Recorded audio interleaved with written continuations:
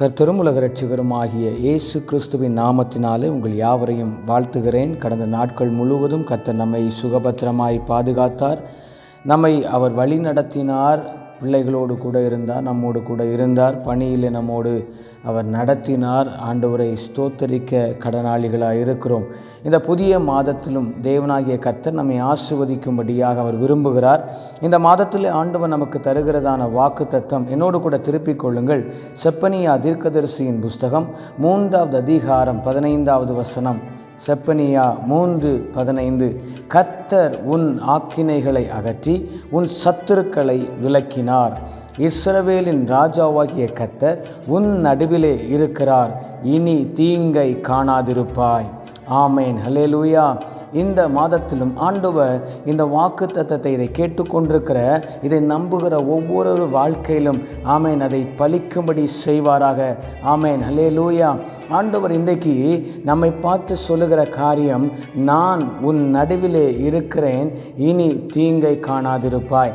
நான் உன் சத்துருக்களை எல்லாம் விலக்கி போட்டேன், உன் ஆக்கினைகளை எல்லாம் அகற்றி போட்டேன். நீ என்னை நம்புகிற பொழுது, நீ என்னை பிடித்து கொள்ளுகிற பொழுது நான் உன்னோடு கூட இருந்து நான் உன் நடுவில் வாசம் பண்ணி உன்னை நான் உயர்த்தும்படி விரும்புகிறேன் என்று கர்த்தர் சொல்லுகிறார். கண்களை மூடி ஆண்டவரை பார்த்து நாம் இப்படியாய் ஜெபிக்க போகிறோம். ஆண்டவரே, இந்த வசனத்தின் ரகசியத்தை எனக்கு கற்றுத்தாரும். இதில் நான் என்ன செய்ய வேண்டும் என்று சொல்லி, நான் என்ன காரியங்களை இதை புரிந்து கொள்ள வேண்டும் என்று சொல்லி என்னோடு பேசும் என்று சொல்லி என்னோடு கூட ஜெபிக்கிறீர்களா?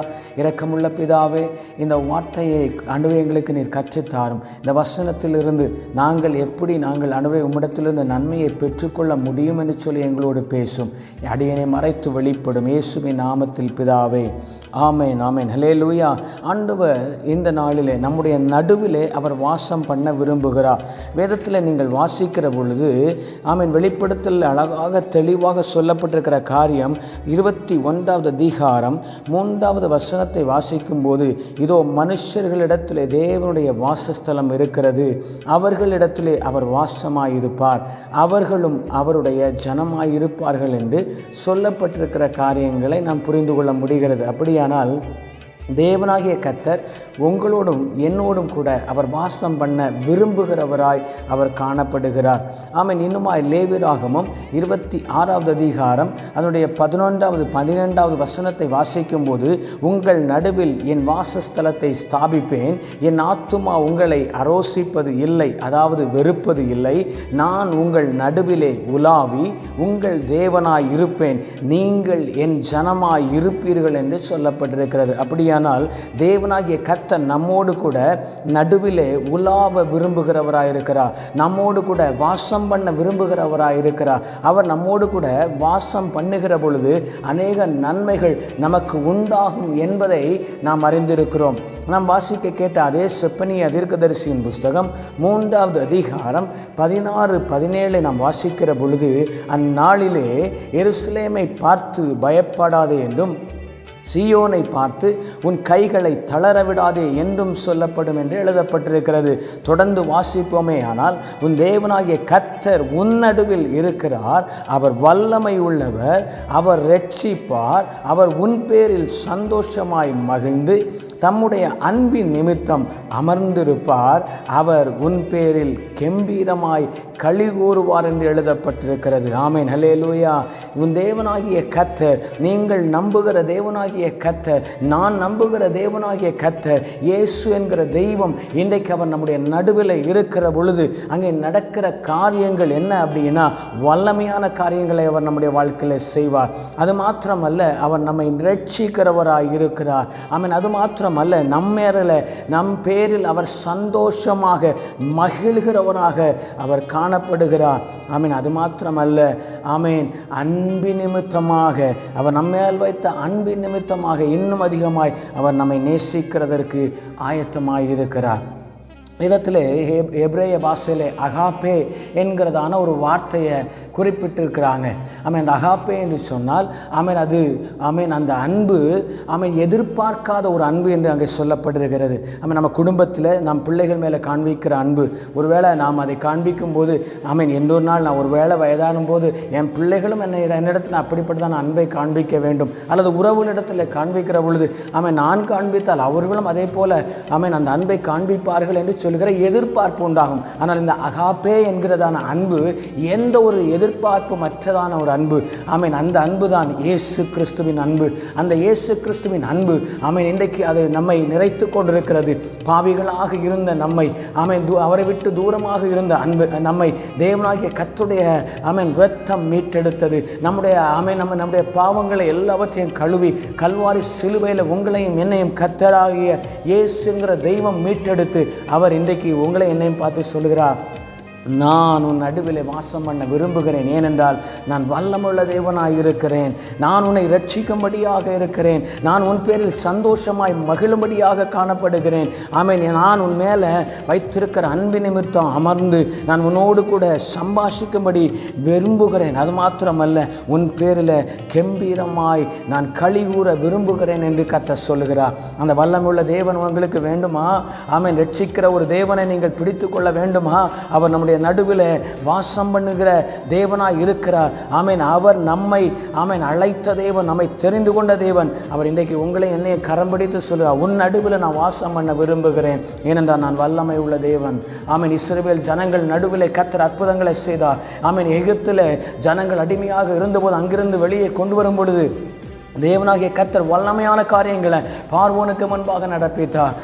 தேவனாகிய கர்த்தர் அநேக அற்புதங்களை இஸ்ரவேல் ஜனங்களுக்கு முன்பாக அவர் செய்து காண்பித்தார். தன்னை வல்லமை உள்ளவராக காண்பித்தார். ஆனால் அந்த ஜனங்களோ அதை அறியாதபடி இருந்தார்கள். ஒருவேளை நாமும் அப்படிப்பட்டதான நிலைமையில் தேவனாகிய கர்த்தருடைய வல்லமையை கண்டும் அதை உணராதபடி இருப்போமே. ஆனால் இன்றைக்கு கர்த்தர் உங்களோடும் என்னோடும் பேசிக் கொண்டிருக்கிறார். உங்களுக்கு செய்த காரியங்களை நினைவுபடுத்தி பாருங்கள். ஒருவேளை நீங்கள் அதை மறந்திருக்கலாம். இன்றைக்கு தேவனாகிய கர்த்தர் உங்களையும் என்னையும் பார்த்து சொல்லுகிற காரியம், நான் வல்லமை உள்ள தேவனாக இருக்கிறேன். அவர் இயேசு என்ற தெய்வம் வல்லமை உள்ள தேவனாக இருக்கிறார். அவர் இன்றைக்கும் ஜீவன் உள்ளவராக இருக்கிறார். உங்களையும் என்னையும் பார்த்து சொல்கிறார், நான் உன் நடுவில் வாசம் பண்ணும்படி நான் விரும்புகிறேன். நான் நடுவில் வாசம் பண்ணும்படி விரும்புகிறேன். எத்தனை பேர் இதை ஒப்புக் கொடுக்குறீங்க? இயேசு என்கிற தெய்வம் நம்முடைய நடுவில் வாசம் பண்ணும்படியாக நம்முடைய வாழ்க்கையில் ஒரே ஒரு காரியம் தெளிவாக காணப்பட வேண்டும் என்று சொல்லி வேதவசனம் சொல்லுகிறது. யாத்ராகமத்தின் புத்தகம் 25வது அதிகாரம் அதனுடைய 8வது வசனத்தை வாசிக்கிற பொழுது, அவர்கள் நடுவிலே நான் வாசம் பண்ணுவதற்கு எனக்கு ஒரு பரிசுத்த ஸ்தலத்தை உண்டாக்குவார்களாக. தேவனுடைய ஜனமே, தேவனாகிய கர்த்தர் உன்னுடைய நடுவிலும் என்னுடைய நடுவிலும் வாசம் பண்ணுவதற்கு ஒரு பரிசுத்த ஸ்தலம் அவசியமாக இருக்கிறது. பரிசுத்த இடம் அவசியமாக இருக்கிறது. தேவனாகிய கர்த்தர் பரிசுத்தமான இடத்துல நான் வாசம் பண்ணும்படி அவர் விரும்புகிறவராக இருக்கிறார். அந்த இடத்துல தான் அவர் வாசம் பண்ணுவார். ஏனென்றால் அவரிடத்தில் அழுக்குகள் இல்லை, அவரிடத்தில் கரைகள் இல்லை, அவரிடத்தில் பாவம் இல்லை. தேவனாகிய கர்த்தர் பரிசுத்தமுள்ள தேவனாக இருக்கிறார். அதனால தான் வேதவசனம் சொல்லுகிறாரு, கர்த்தர் இப்படியாய் சொன்னார், நான் பரிசுத்தர், ஆகையால் நீங்களும் பரிசுத்தராயிருங்கள். பரிசுத்தம் இல்லாமல் ஒருவனும் தேவனை தரிசிக்க முடியாது. தேவனாகிய கர்த்தர் உங்கள் நடுவில் என் நடுவில் வாசம் பண்ணுவதற்கு பரிசுத்தம் மிக அவசியமாக இருக்கிறது. பரிசுத்தம் மிக அவசியமாக இருக்கிறது. இந்த பரிசுத்தத்தை நாம் காத்துக்கொள்ள வேண்டும். யாரை குறித்தும் யார் எப்படியாக இருக்கட்டும், அல்லது ஊழியக்காரர்களாக இருக்க யாராக இருந்தாலும் சரி, ஒருவரையும் நீங்கள் குறை சொல்லாதீர்கள். பரிசுத்தத்தை இழந்து போகாதீர்கள். மற்றவர்களை குறித்து தவறாக பேசுகிற காரியம் ஒருவேளை அவர் செய்தாலும் பரவாயில்ல, தேவனிடத்தில் சொல்லி விட்டு விடுங்கள். நீங்கள் அவர்களை தனிப்பட்ட இடத்துல பேசுங்க, அவர்களை கடிந்து கொள்ளுங்க.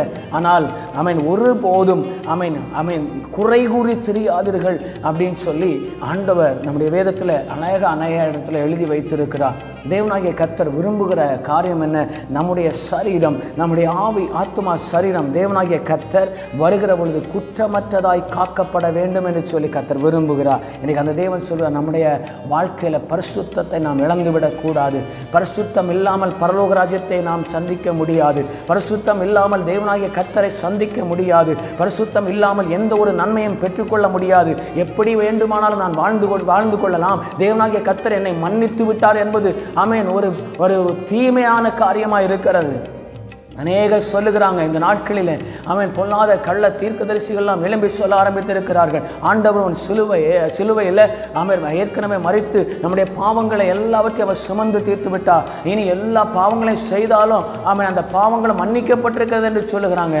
வேத வசனத்திலே அழகாக ஒரு விபச்சார ஸ்திரீயை குறித்து சொல்லப்பட்டிருக்கிறது. அங்கே தேவனாகிய கர்த்தர் அவன் அவள் பிடிப்பட்ட பொழுது அங்கே கொண்டு வந்த போது அவன் எல்லாரிடத்திலும் அவர் கேட்கிற காரியம், உங்களில் பாவம் இல்லாதவன் இவள் மேல் கல்லை எறிய கடவன் என்று சொல்லி அங்கே எல்லாரும் பாவம் செய்தது நிமித்தமாக எல்லாரும் கல்லை போட்டுட்டு போயிட்டாங்க. ஆனால் பாவம் இல்லாத இயேசு அந்த இடத்துல உட்கார்ந்திருந்தார். அவர் நினைத்திருந்தால் அவர் நிச்சயமாக அவளை தண்டித்திருக்க முடியும். ஆனால் இயேசு தெய்வம் அப்படி செய்யவில்லை. அவர் சொன்ன காரியம், நீ போய் இனி பாவம் செய்யாதே என்று சொன்னார். நீ போய் இனி பாவம் செய்யாதே. அவர் பரிசுத்தமுள்ள தேவன், மன்னிக்கிறவர். ஆனால் பாவத்தை அருவருக்கிற தேவனாக இருக்கிறார். அதன் பின்பாக நீங்கள் வேதத்தில் நீங்கள் வாசிக்கிற பொழுது அந்த விபச்சார ஸ்திரீ எந்த இடத்திலும் பாவம் செய்யவில்லை. அவள் பாவம் செய்யவில்லை. பரிசுத்தமாக தன்னை காத்து கொண்டாள். தேவனுடைய சமூகத்தில் விழுந்து தன்னை அர்ப்பணித்து அவருடைய வாழ்க்கை, மீதி உள்ள வாழ்க்கையை பரிசுத்தமாய் தன்னை காத்து கொண்டாள். வேதத்தில் அவளை குறித்து எழுதப்பட்டிருக்கிறது. இன்றைக்கு நீங்களும் நானும் அப்படிப்பட்டதான பரிசுத்தத்தை காத்து கொள்ளும் போது கர்த்தர் நம்முடைய நடுவில் வந்து வாசம் பண்ணுவார். அவர் வந்து வாசம் பண்ணும்போது வல்லமையான காரியங்களை செய்வார்.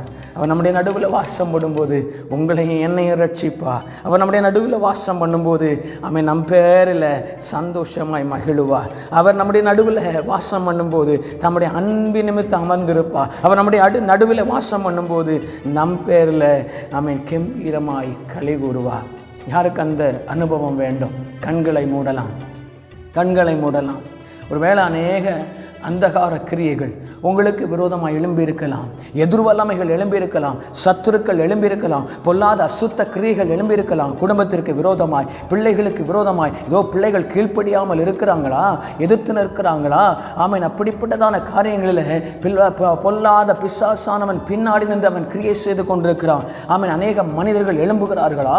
பொல்லாத பிசாசானவன் பின்னாடி நின்று கிரியை செய்து கொண்டிருக்கிறான். இன்றைக்கு கர்த்தரிடத்தில் போற ஆண்டவரே, என் நடுவில் நீர் வாசம் பண்ணும்படி நான் என்னை அர்ப்பணிக்கிறேன். என்னை ஆண்டவரே, என் தகப்பனுடைய சரீரத்தை பரிசுத்தமாய் காத்துக்கொள்ளும்படி இந்த வேளையில் அர்ப்பணிக்கிறேன். பரிசுத்தமான ஒரு ஆலயமாக என்னுடைய இருதயம் மாறுவதாக, நீர் தங்குகிற ஒரு இடமாக என்னுடைய இருதயம் மாறட்டும் என்று சொல்லி நான் ஒப்பு கொடுக்கிறேன் என்று சொல்லுகிறேன். இந்த வேளையில் கர்த்தர் நம்முடைய இருதயத்தில் வருகிற பொழுது நம்முடைய ஆக்கினைகள் எல்லாம், நம்முடைய பாவங்கள், சாபங்கள் எல்லாவற்றையும் கர்த்தர் அகற்றி அவர் நம்முடைய கரத்தை பிடித்து சொல்லுகிறார், நான் உன் நடுவில் வாசம் பண்ணுகிறேன். இனி தீங்கை காணாதிருப்பாய். இவ்வளவு நாள் நீ தீங்கை கண்டது உண்மைதான். ஆனால் தேவனாகிய கர்த்தர் இன்றைக்கு சொல்ல, இனி தீங்கை காணாதிருப்பாய். இனி உன்னுடைய பிள்ளைகளுடைய வாழ்க்கையில, உன்னுடைய வாழ்க்கையில, உன் தனிப்பட்ட வாழ்க்கையில இனி தீங்கை காணாதிருப்பாய். ஏனென்றால் நீ தேவனாகிய கர்த்தரை உன் நடுவில் வைத்து விட்டபடியினாலே சமாதானத்தின் தேவன் உன் நடுவில் நின்று பெரிய காரியங்களை செய்ய இருக்கிறார். இன்னைக்கு ஆண்டவரிடத்தில் ஒப்பு கொடுப்போமா? என் நடுவில் நீர் வாசம் பண்ணும்போது நீர் வல்லமுள்ளவராய் வெளிப்படுவீரப்பா. நான் இனி எதை குறித்து கவலைப்பட தேவையில்லை. இனி எந்த தீங்கனை பின்தொடர்ந்தாலும் எனக்கு கஷ்டம் இல்லை, பிரச்சனை இல்லை. ஏன்னா என் நடுவில் என் இயேசு இருக்கும்போது எதுவும் என்னை சேதப்படுத்த முடியாது. Nothing can harm me. எதுவும் என்னை சேதப்படுத்த முடியாது.